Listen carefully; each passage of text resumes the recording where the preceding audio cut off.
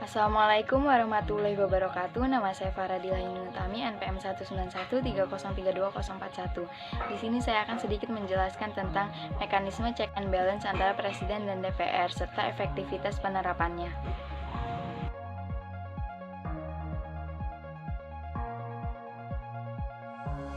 Mekanisme check and balance merupakan salah satu tuntutan reformasi.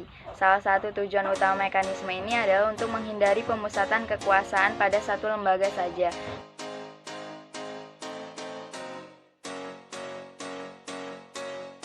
Mekanisme ini cocok diterapkan di Indonesia karena di Indonesia memiliki 3 cabang kekuasaan, yaitu legislatif, eksekutif, dan yudikatif.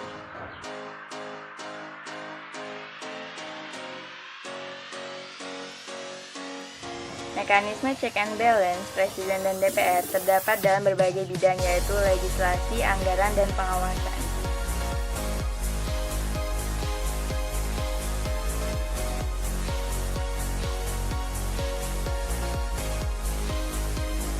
Mekanisme pengawasan dan perimbangan terhadap kekuasaan dan kewenangan antara Presiden dan DPR dalam bidang legislasi dan anggaran diatur dalam beberapa pasal dalam Undang-Undang Dasar 1945. Saya akan membahas 3 pasal. Yang pertama yaitu pasal 5 ayat 1, yang kedua pasal 21 ayat 2, yang ketiga pasal 22 ayat 1. Yang pertama yaitu pasal 5 ayat 1 yang menyatakan bahwa Presiden berhak mengajukan rancangan undang-undang pada DPR. Yang kedua yaitu pasal 21 ayat 2 yang menyatakan bahwa jika rancangan itu meskipun disetujui oleh DPR tidak disahkan oleh Presiden, maka rancangan tersebut tidak boleh diajukan lagi dalam persidangan DPR masa itu. Yang ketiga, pasal 22 ayat 1 yang menyatakan bahwa dalam hal ihwal kegentingan yang memaksa, Presiden berhak menetapkan peraturan pemerintah sebagai pengganti undang-undang.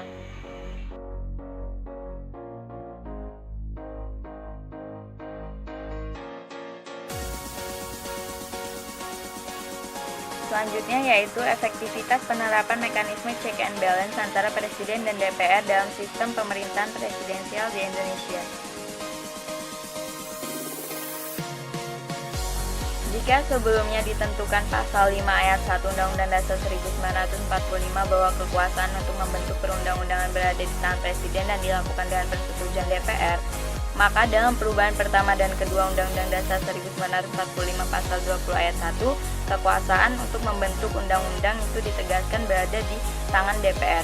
Sedangkan Presiden menurut pasal 5 ayat 1 yang baru ditentukan hanya berhak mengajukan rancangan undang-undang pada DPR.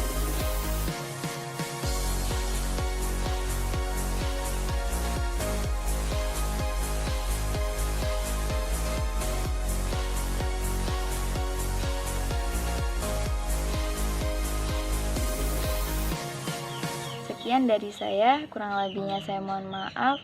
Saya akhiri. Wassalamualaikum warahmatullahi wabarakatuh.